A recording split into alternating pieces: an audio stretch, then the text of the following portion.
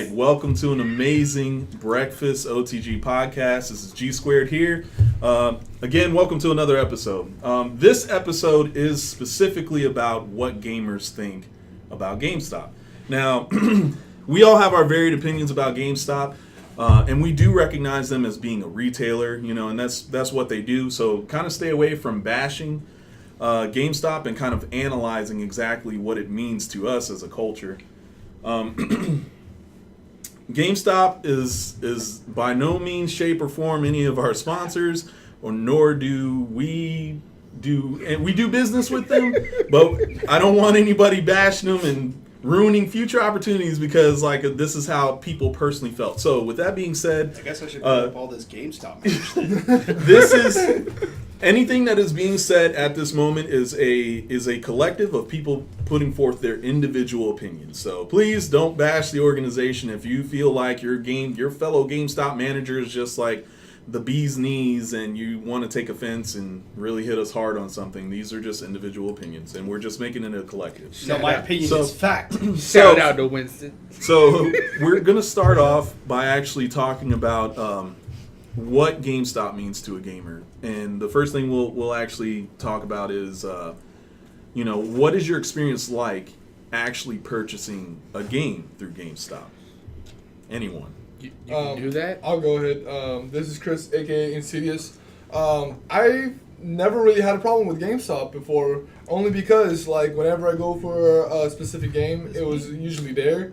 But, when I go, off the wall, go, hey, by the way, do you guys have this game? They go, oh, we don't, but we can order it for you and send it to you and mail it to you. You can pay it here and just mail it to you. I go, okay, let's do that, because sometimes I just go there and I don't even think about it and I want the game right then and there. So they just do it for me.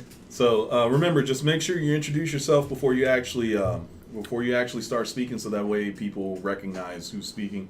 But Quan over here, face. He was actually just shaking his head no, because I have my own thing to say about the whole retail experience from him, but we'll let Quan say something about it. This is Tae Quan Do. My experience with games. This isn't so much the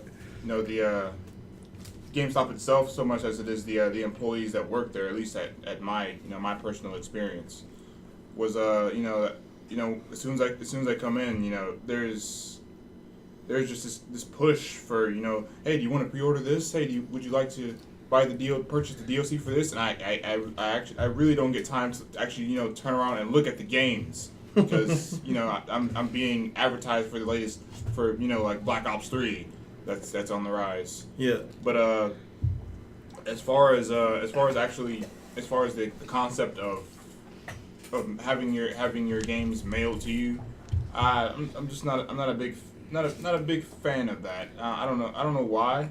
The idea of paying up front and having something delivered to you later just doesn't appeal to me. I like to actually, buy it and there it is. You take it home with you. I understand. They don't have everything in the world, and you gotta wait. I guess it's kind of that whole instant gratification thing that I've kind of grown attached to. You can't get attached to GameStop. You can't. Okay. No, he's just talking about the physical copy. Yeah, no. Physical purchase. This is Jagd here. Just saying though, I know a bunch of us here know a bunch of people that actually work at the local GameStops and stuff. And when they pushed up on you, that's not them being annoying. They literally have to, or they lose their jobs. Yeah.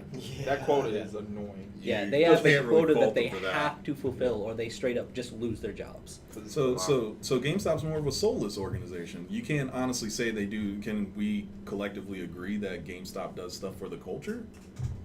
I would say gaming culture. I don't know. As a company, no. This is Omegaxis. I don't think they do, because I really feel Quan on the reserve thing. Because even at my local GameStop here, they, for the most part, they know me. So they've gotten into the habit of not asking me if I have anything to pre-order. Because they know I'm coming in with the mission. I already know what games are coming out. I'm going to tell you what's coming out because you didn't even know it was coming out. Right. Yeah. So definitely, this is Gsquared here. I would have to definitely agree. My personal experience with GameStop, we've done a lot of business. OTG has done a lot of business with GameStop. And my personal experience is that the the employees that work there mean well, but there's this background corporation saying that I'm going to cut hours and I'm going to make sure you don't have those small talks for too long, and you're going to make sure to advertise this credit card and tell people about the rewards program and everything. And I feel personally on a cultural level that it's just offensive to me as a gamer. Well, this is I say 70 right here. At the same time, again, not something you can fault the employees for, especially since when you hit that point in retail, it's any company that does that. Walmart does that. Like Walmart when I does worked do as a that. cashier, yeah, you had to if you worked on the days, you had to at least push the credit card. If you didn't make a certain amount by the end of the month, then you get a strike. Too many strikes, you lose your job. That's So glad my Walmart didn't do that. So it's not so much that the employees themselves, hate the typical gamer. It's hatred's the wrong word to use. It's not so much. It's a great game. It's more like on the higher up levels. They're the ones that kind of push the stuff down to the employees, and the employees are required to push it to us, or they lose their job. Well, see, that's what I was going to say. This is Recluse, and the employees can go there. Like, say me, I wanted for the longest time in the younger days, I wanted to work at Gamestop. It's like, man, surrounded by the culture that I love. I'm going to talk to people about games. I want to inform people to stay away from things like the Ouya and. Oh yeah, that's They're real. auctioning it off. But I mean, that's the idea. But you got to understand, behind all that, there's a corporation that is trying to push a narrative, and that is to make money. They don't care about the culture. They don't care about whether or not I want to inform the masses about the newest gaming craze that's going on, or properly educate people about gaming culture, even though that would spread awareness and invite more people to come in. They don't care about that. What they care about is, are we making the bottom dollar? Are you pushing the sales that we told you to push? Well, this is Jagd again. Here's a counter argument to all this. You got to remember, they're not there for just the gamers. They're there for the parents, the grandparents that come in that know nothing about games, and they have to let them know immediately, without this long, detailed process about the gaming culture or anything, to get those games to the gamers. okay. So this is Gsquared. Do you think they need some type of PR representative that does nothing but just inform people on the floor at all times instead of people behind the counter? Because I personally believe that GameStop doesn't bridge that cultural gap, bringing casual gamers into the fray with the actual the gamers. You know what I mean? Omegaxis here. I've noticed lately they're trying to do that. There have been a couple times I've gone in. There's a district manager in there with an iPad, and they're like, "Hey, what are you looking for today? You need help finding this? Here's some information on this." And they're just instantly Taking "What the kind ball. of person are you? What do you know? What can I help you? What can I tell you?" What Like Yeah. Verizon. Yeah. Like if you were to go into Verizon or something. This is Haradani here. That's one of the problems I've had with the local GameStops is some of them don't know what they sell. That's Too many times I have gone in and asked for a new game, and they're like, and they don't know what's on the system, what it even came out on. Right. I've bought games for the opposite system I was looking to get it on. Luckily, I own that system, but they've had. Well, you gotta realize though, they work at GameStop. You come in looking for a specific game, but there's thousands of games coming out that they're not. They're not what? Anyway, I can't expect them to know every single game that comes out for every system ever. Okay, when I go in well, and ask them for, I want this on this system, it came out a week ago, and they go, I didn't know it came out on this system. All right, That- but this that's conversation's not to bash. Yeah. Not a Well, weekend. well, we've had. You're some getting issues- angry, Yeah, Haradani. You're That's, getting angry. that's the Cool whole salt. thing. That's the whole thing, though. Diluted. They can know the game came out, but I don't expect them to know every game that came out on every single system. Yeah. I mean, no. I no, understand. no. No, I understand Insidious what here. I know. I to- expect them to hold know on, the hold on. product. Insidious Hold here on, to counter hold on. that argument. I have to say, because it's kind of their job as a video. Yes, they are retail, and yes, you have to go for everyone, consumer or gamer, and gamer. But it's kind of their job, since they sell it, to know it well, to hold a on certain a second. extent. Perfect. Perfect Hold on, thing. hold I'm gonna on. right now. Do you know what Hatsune Miku Project Diva's second F is? I wish. Exactly my point. Okay, They're not gonna yo, know everything. When I go into here's- GameStop, I don't expect them to know that I want. But I mean, game. Is that it's not my stripping job to game in know. Japan? I would like for you to tell me if it's interesting, but it's not my job to know. Okay. It's their You job. guys are pushing All harder right. than Roman All right, Reigns. But check this out. This is started G the squared wrong here argument. because we're Sorry. losing track of who's speaking. The thing is that if they just had someone, an HR or a PR representative that actually made a point to establish relationships, you really wouldn't need to know every game. Like what Omegaxis just said, he's right. Like I wouldn't know that at Japanese all or strip game. anything. But my relationship with him, as from like a customer to an actual employee, would make it to where I would learn that from him, and he would feel like, yeah, I'm teaching him and he's teaching me. I want to come back here, So it's not necessarily like from that black and white retail standpoint. That's the only thing. We can't get angry about them being a retailer. Just stop, because we know retail is a hard topic to not bash, but Come to the gray area. yeah. Insidious here again. I just gotta go off of one of Jagd's statements where he said that they have to go for the consumer, so they can't really go into a long-winded speech explaining everything because they're not gonna be upfront. Like they're not gonna take all of it. Well, I agree with you. And if they are gonna plan to do a PR or someone who would explain it with an iPad or something like that, they would have to like have a happy medium where it would explain it in a few short sentences, even two, maybe one, if possible. Tae Quan Do here.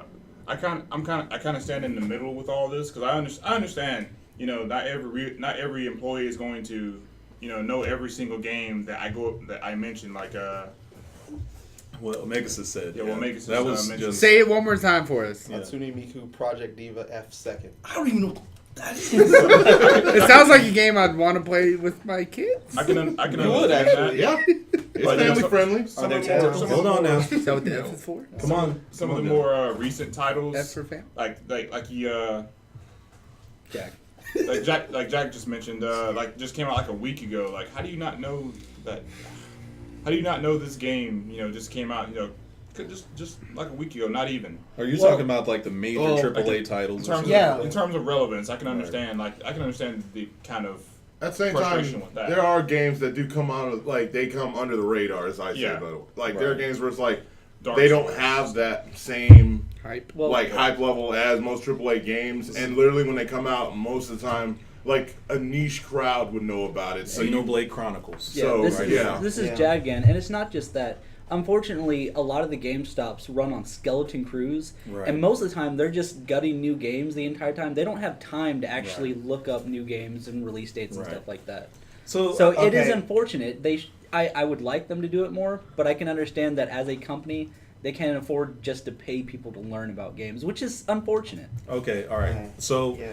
everybody has something to say. I see a lot of hands going up because we want to actually like rip into how they're approaching their own business model. Yes, they're a retailer, but the point is that as a retailer, they're our only representative in the gaming culture. Like they are the retailer that represents the gaming culture in some ways. Hopefully, only for now. I mean, this is Recluse. They don't really represent a lot, because for me, I'm primarily a PC gamer, and there was a point in time where GameStop carried PC games They still do. on their own shelf.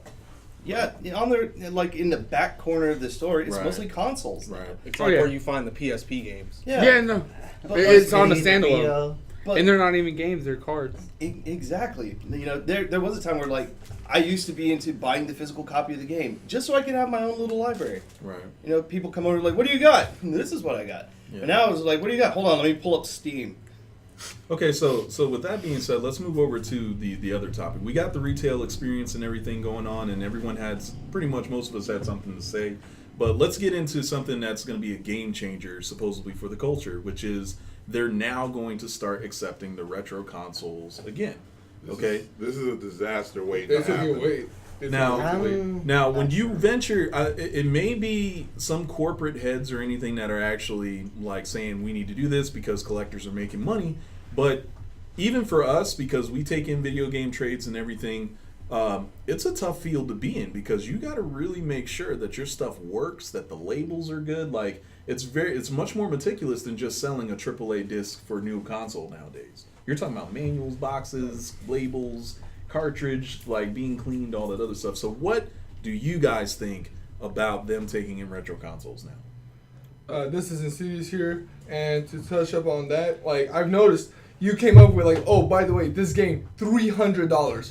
So they've got to know how much to value a certain games because either they could be ripped off or they could rip off the other person, and it could go really, really bad either way. Now, Insidious, I know you're hopped up on juice and donuts right now. Just a little bit. But the point is that how is it affecting us? Like their business model, don't talk about their business model and how it may fail, but will it work for us or will it not work for us? Zodiac here, and there are a few issues I see with this, and it has to do with a little bit about their business model. GameStop will pretty much take any item in any condition for whatever price. Like I've seen people, trade in PS2s that are cockroach infested. They don't really have a quality assurance, and I don't see them going that extra mile with retro games. Now, before you even go any further, they are going to have a refurbished facility that these games are going to be sent to. They're not even going to be selling the games in store. Okay, so they're going to be refurbishing it. What you're going to do, their whole process is that you're going to bring your games into GameStop. GameStop's going to be like, yay, gamers reward points, whatever. And you're going to, what they're going to do is they're going to put it in a box, whatever the crap is, and they're going to send it over to, I think it was Texas or some state like that. It's one central facility where they actually refurbish them and then post them for sale online. But like you will not have that retail store experience with them. This is Jagd again, and I'm an avid old console collectors, and I'm actually super excited about this because most of the time when I have to get classic consoles and stuff like that, I have to order it through Amazon or eBay, and I'm not guaranteed to get the best stuff. I actually have 3 non-working systems that I ordered that said they were working, and having that quality assurance with an offer of a refund whenever I actually buy an old console, I'm pretty excited for. Right. Okay. This is Tae Quan Do. I think it's really just a matter of waiting and seeing how this develops, and see if the quality assurance really does offer really does refurbish the consoles well, and actually this actually winds up being a good thing or not. It's really just a matter of time, I would say. Waiting. This is Recluse, and just coming behind this statement, if they can sell me a Nintendo that doesn't blink screen me to death, I'll be happy. Thank you. All right. This is Gsquared. Sorry, I gotta say this. Okay. The thing is, though, is that they don't even sell next gen products or like current gen products that actually function properly. And I'm just speaking from just our experience. This is fact. This isn't bashing. When we do tournaments with them, their controllers don't work. Their systems aren't functioning properly. Their discs are scratched up. This refurbished facility needs to be something like state of the art, like committed collectors or something refurbishing them. That one, this is Jagd again. In those particular instances, a lot of those trade-in controllers and stuff are literally just trade in, put in a bag, and sell. This is actually going to a refurbished facility each time they actually take these in. I'm just saying. I'm saying the quality control is probably going to be a little bit better on the console. Hopefully. This is Zodiac here, and I think my biggest concern, besides the refurbishing in general, is the old bait and switch, where PS cartridge games you can actually take the actual card out and switch it with another game that's not as valuable, and then trade it in, and if the employee doesn't check, it gets refurbished. I doubt anyone's really going to check there. And then someone could buy a $300 game like Hagen and get really anything. Barbie. Right. Yeah. But what we want to focus on is not how they're going to go about doing it. It's kind of like what Jag was saying. He's excited about it because it's now there is a bigger company handling old stuff. Okay, because when you go to like Hastings or anything like that, or one of the smaller stores in town that we won't name, there's a possibility that you won't get that 30-day money-back guarantee for especially older stuff that's like 30 plus years old. Yeah. So we just want to stick to the point as far as like how is it going to impact us? Because again, GameStop is one major retail that for Soccer Mom and the rest of the people who don't really play video games kind of represent the gaming culture, unfortunately. This is Insidious. On that note, how it impacts, since GameStop is a big company, a big corporation, so they can advertise way better than mom and dad shop that do this. They'll be turning some heads because someplace somewhere, this soccer mom is gonna be like, hey, I used to play that, by the way, way back when, and I kind of want to bring it back so that I can teach my kids, or I can just play again. You don't know. That is absolutely fantastic. This is Jagd again. You're gonna have parents and stuff buying the old consoles and introducing younger gamers to older games. Definitely, it can. That's why it can really bridge good, that gap. Because like this weirded me out when I first started getting into teaching. My kids didn't know Pokemon was a video game. Right. They knew about the TV series and the card games. They did not know it was a video game, so they were really surprised. Blasphemy. And these are kids that play Call of Duty and Grand Theft Auto. They shouldn't be playing because they're kids, but like. That's a whole. As long as you're not teaching them how to play Grand Theft Auto. Nope, I don't even tell them how to spell it. I said if you're old enough to play it, you should be old enough to spell it. Yeah. One of my big things is like, granted, they're going to be coming out and selling this retro tech. They can't sell me to death on DLC for it. There's no DLC for Mario 3. Oh, that would be exciting. I'm not gonna see commercials pop up on TV. It's like pre-order Mario 3 now and get Yoshi. That would be sweet, man. I'd be all for that. I'd be all for How all they did DLC. DLC, they just made a whole other version of the game. How many Street Fighters did we get? Yeah. So like Street Fighter, Sorry, you that buy still Street goes Fighter on. 1 now, you get Street Fighter 2. But now it's DLC. Ultra Street Back then Fighter they had to make a Turbo whole Remix nother cartridge Edition for it. 3D Okay, featuring all Dante right, from okay. DMC. But all right. Dante. So we can all say that GameStop, in some ways, whether fortunate or unfortunate, however you feel, is a pretty important organization for us culturally. We do hope that the moves that they make actually are moves to benefit the culture and bridge that gap from the casual gamer over into some of us who are more, if not all of us at this table, who are more committed to the actual culture itself. All right, this is Magic's here. I just want to hear one thing from our youngest member. Like, we're all in our, at least 20s?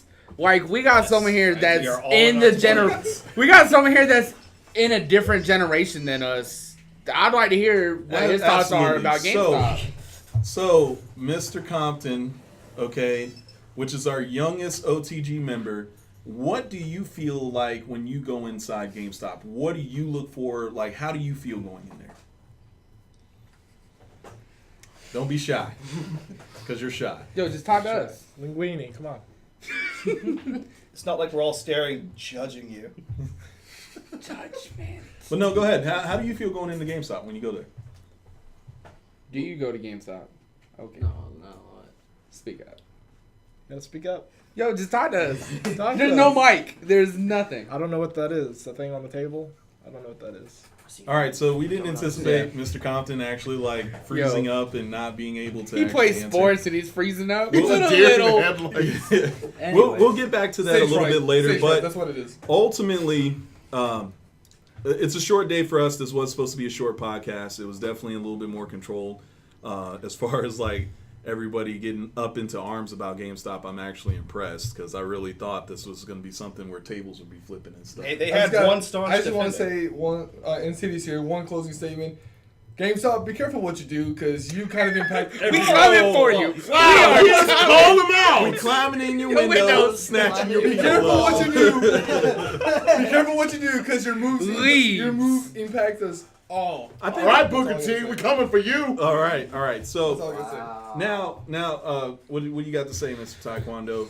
Oh, this is Quan here. I mean, I've seen a video with I've seen Monday Matt do a video, and he kind of touches on the way gamers actually impact people like higher up and like IGN, Metacritic. We cost he touched on how we cost Gawker hundreds of thousands of dollars because of the backlash. The way they're representing gamers and gaming culture on the news and all that. We definitely have some say in all this. We have our own Yes. our voice. power and all GameStop this. has the power to represent us well. We just hope in the future that the decisions that they make, instead of like wanting to take in iPods and all that other stuff, that they actually focus on something that means a lot to us. So So watch out. with that being said, we're moving over to the bonus topic. Okay. He says it's gonna hurt our will. I don't think it's gonna hurt your will, but I this gotta was do a something that 43 check. I put serious thought into, that I wanted to ask everybody, because this is where the more of the culture actually comes in. Okay, imagine that you have a person that is dear to your heart, most important person in your life that is about to pass away the very next day. Okay, and the thing is that they wanted to spend those last moments, that last day with you, and they knew as a gamer that gaming was something that was very important to you and it meant a lot to you in your life. What game would you choose for their final day to actually play with them, and why? Here comes the will breaker. No, this is Jack here. Straight up Super Mario World for the Super Nintendo. I've always said that it is my absolute favorite game. I think it's one of the best games ever made because it's so easy to get into. And it's just fun to play, easy to pick up and play, and it's always going to be a timeless classic. I played it in my childhood, and it still impacts me today, so that'd be the game that I would play. Right. Now, keep in mind, you got to dig down a little bit deeper and say why you want them to play with you. to play with you. You know, you have to say why that moment is going to be a defining moment for them. You know, that they can go to rest and know that they can die knowing that they enjoyed something with you, not because it was something special to you, but you made it special for them. So, This is Insidious. I got one particular game only because the person, the subject matter, is he enjoys this game and I enjoy it when I'm playing it with him. And it's got to be Mario Party 1, the original, the very first one. I'm sorry if it brings any hate, but it's because he enjoys that game very much. He owns almost all the Mario Parties. He enjoys the game so much, and I enjoy it when we're just the two of us playing it together. Like, if we've ever had the best bonding moment is when we've played the Nintendo 64 Mario Party 1. That brings up so many memories. Yes, we get competitive, but that's what we do. That's what we're about, and I couldn't imagine a better way to spend the day than playing Mario Party 1 with him. okay. Does anybody have anything else? I see a lot of like digging deep around think I've here. got Like, one. For me, because of the memory behind when we first got the game, it'd be Mario Kart Double Dash. Because this person in particular, me and my brothers would go to bed, and they'd come in, take the GameCube, and go practice to try to get better at it, to play with us. So it would have to be Mario Kart Double Dash. I just got a statement. I'm gonna say my game. This is Magix. There's a lot of Nintendo feels. yeah. I'm just saying, like Mario Party, Double Dash, Super Mario. Apparently, Nintendo's hit family home. Yeah, Nintendo's but been mine's not around. Nintendo. Mine's actually Command and Conquer Red Alert. Cause One or two? the first one where you had an Allied disc and a Soviet disc. You actually had to put in the disc for which one you want to do. It's only because, like, my dad first introduced that game to me. And, like, if he was to pass away and want to play a game, I'd like the first game he ever showed me to be the last game. Excellent. This is Recluse, and when me and my brother were growing up, the only system that we had in the house was a Sega, and the only game that we had for like the longest time was the second Sonic game where they introduced Tails. And I would abuse him as Tails because Tails couldn't die, so I'd just stand off and dodge shit in the background, and he'd go kill everything. So, if anything, I would probably play that again, except this time reverse the role. We gotta pull that video again. Hit me in the feels, man. So mine would honestly have to be Spyro. Like PS1 first Spyro. It was one of my first games I ever played. It's cheerful. It brings a lot of my good memories out through gaming, and all of my close family have played it with me. Like me and my mom used to like sit down and just like play Spyro, catch like the little eggs and stuff. It was fun, and it's a great game. It's Tae Quan Do here. For me, it'd probably have to be Tekken 3 because, well, for one, my dad, I think it was during my 12th birthday, he passed it down. He passed his PS1 down to me, but before he did that, because I spent time with him on the weekends before I went back to my mom's. He gave me the PS3. We played Tekken 3 together, and we actually took turns unlocking the characters, and yeah, I mean, and it was probably one of the closest, if not the closest bonding experience I've had with my dad in terms of us playing video games. I mean, granted, he's a gamer himself, but that moment was kind of the biggest, bonding moment that me and him have ever really shared. Got it. Somebody have something else? All right. There's still people here digging deep, folks. I got mine. This is Ice Age right here. And for me, like, this one goes back to this one goes back quite a ways. This is when I was 7. And thank you, Namco for making the Namco collection, because I had Volume 3 in particular. And this is possibly the only game I've ever gotten my mom to play. And it was Dig Dug. My mom is the most anti-game person in the world. Wants nothing to do with it.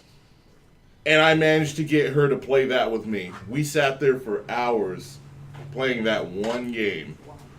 And it, to me, that was super special because my mom actually got off her pedestal, sat down with me, and actually played a video game, doing something with that she knew I enjoyed and I knew she didn't like, but actually just wanting to spend time with me.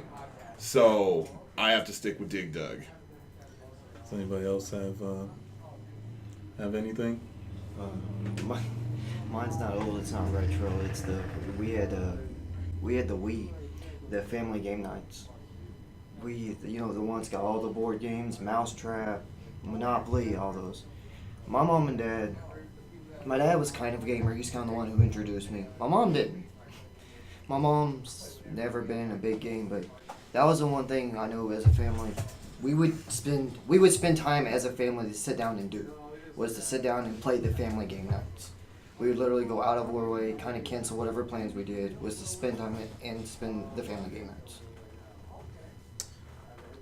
Okay, so unless Mr. Alex, do you have something to put in? I think I can probably go with Soul Calibur. It's like my sister can't get into a lot of the games I normally play, but with Soul Calibur, she can hold her own just button mashing for a while. Okay.